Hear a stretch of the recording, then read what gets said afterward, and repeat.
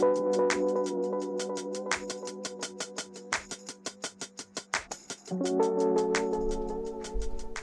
everybody. I want to begin this by saying that there are 1,000, probably more, recipes on the internet on how to make the perfect cold brew.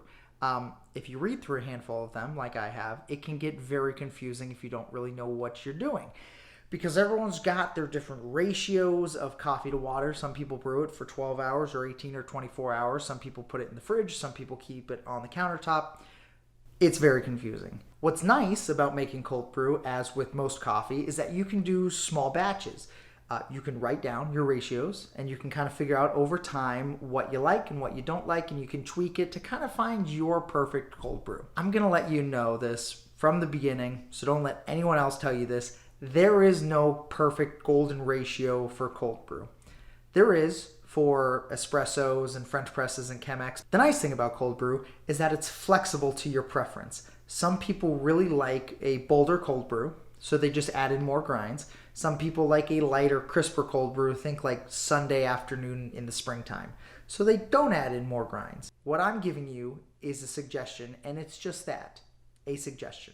It's how I personally make cold brew, but it's not necessarily how you might want to make cold brew, and that's okay. Take what I say, maybe try it out, tweak it a little bit, but play around with it. With that being said, let's begin. So here's what you'll need. Some cheesecloth, a scale, coffee beans, grinder, water, and an artsy fartsy container. Step 1. Measure everything out. Being in the coffee industry, I will be using metric measurements, but I will convert to imperial measurements when needed.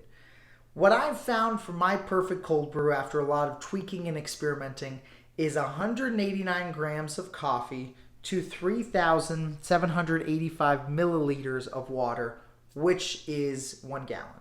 So 189 grams of coffee to about a gallon of water.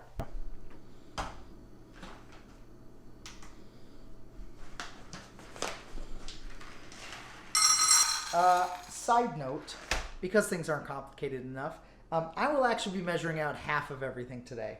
One thing that I found through my experimenting and making cold brew for my little family of Lindsay, Mocha, and I is that we don't even get close to finishing a gallon of cold brew by ourselves before it goes bad. By the way, we talk about shelf life in step 5, so, stick around for that. It's going to be some good information. So I make half batches for us because that is more doable. I don't waste as much coffee. Yeah, so just throwing that out there. Just don't, forget I said anything.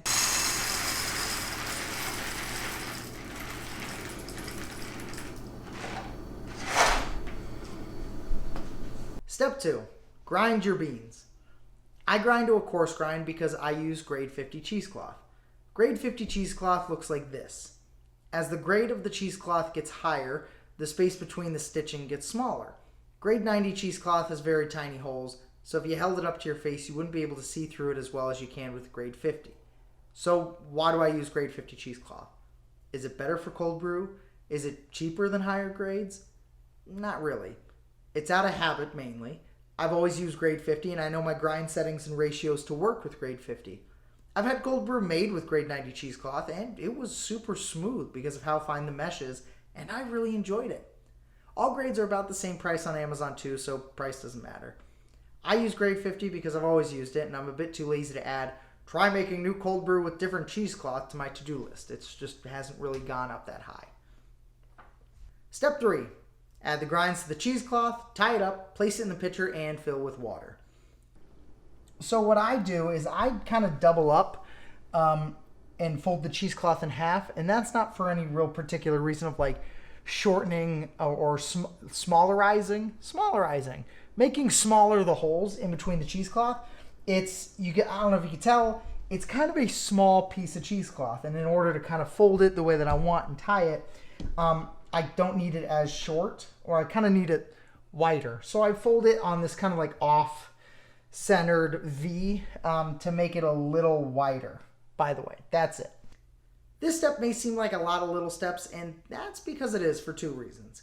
One, during the first draft of the script, I had all of these as their own separate entities, but then thought, hey, if I combine a few steps, I can use some eye-catching title like Cold Brew in 5 steps instead of let's overanalyze 26 steps on making cold brew. And 2, it's all done at the same time. So I'm not worried about overwhelming you. You got this. Add the grinds, tie the corners of the cheesecloth together so it's not super tight, and place it in the Artsy Fartsy container.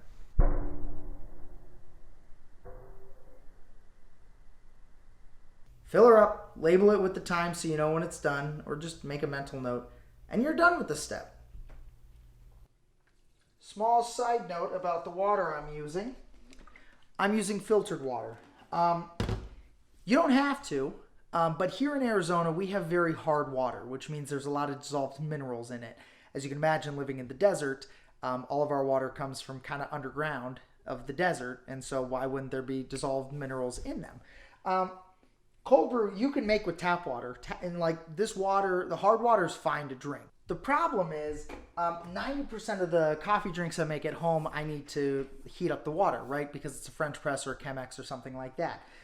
If I use tap water in this, because of just the heat and the movement of the water, those dissolved minerals kind of tend to destroy the inside of my kettle.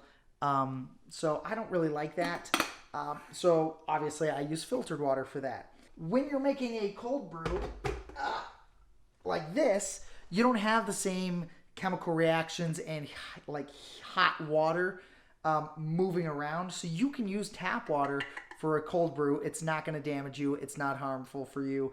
It's perfectly fine. I still use filtered water because 90% of the coffee I make at home need filtered water. And so I figured I should just, as like a habit, use filtered water for everything so I don't continue to damage my kettle. So it's kind of more of a reminder for me. But that's that. Step 4, let it sit for 24 hours. Don't bother it. Don't stir it. Don't think that because the bag is sitting on the surface of the water that it isn't seeping properly. It's fine, leave it alone. It has buoyancy, which is a fancy word for it's fine, don't try to drown it.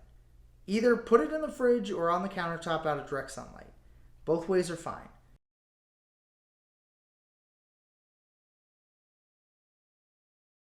All right. It's been 24 hours. Hello, welcome to the next day. It is time for us to take the bag out of there and, kind of get it going. So, what we do, we take off the lid. We're going to reach in. We're going to grab the, oh God. I washed my hands, don't worry. Grab the bag, let it drain a little bit. It's okay. And then, watch this. You throw it away. I have a trash can here, by the way. Put the lid back on, and that's it. And then you're done. So now let's taste it, because I can't be doing a demonstration and convince you that it's good without actually tasting it. So let's do that.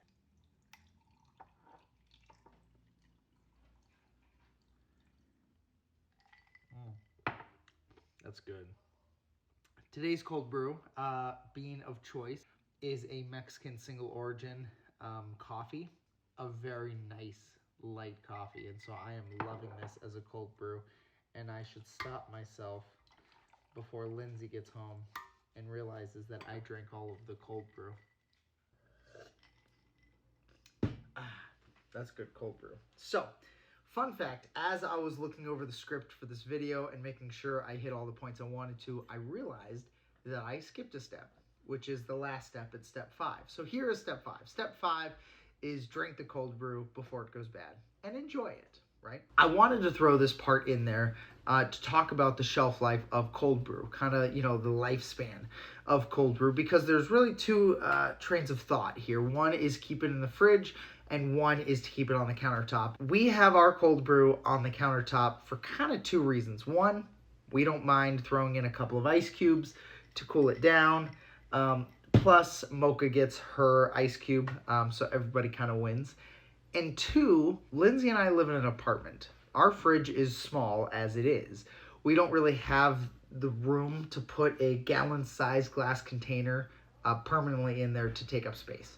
So, that's why we keep it on the countertop. So, now, specifically shelf life. How long does cold brew last if you keep it on the shelf, out of direct sunlight, obviously, on the countertop versus in the fridge. If you keep it on the countertop in a coffee bar or whatever you have at home, like what we do, you will get about 4 to 5 days. The 5th day kind of being the day that it starts to lose its flavor and it just doesn't really taste as good. Now, you put it in the fridge, you obviously slow down the process of it kind of dying, and it will last for about 7 to 10 days. So you can almost kind of double its life if you put it in the fridge. Again, you don't have to. It doesn't taste worse. If it's on the countertop, it doesn't taste better if it's in the fridge. It all kind of depends on personal preference and circumstances. Like I said, we don't have the luxury of having the space in the fridge, so we keep it on the countertop. If we had the fridge space, would we put it there? I don't know, maybe. But it's also much easier access to get it just from the countertop, reach in the freezer, throw in some ice cubes, pour, done. And we're just fine with that. So I just wanted to add that last step in. That's step 5. Enjoy it and drink it before it goes bad. 4 to 5 days on the countertop, 7 to 10 if it's in the fridge. Yeah, so that's about it. That's all I got today. So, all right, everybody. Thanks for coming on this day-long journey with me.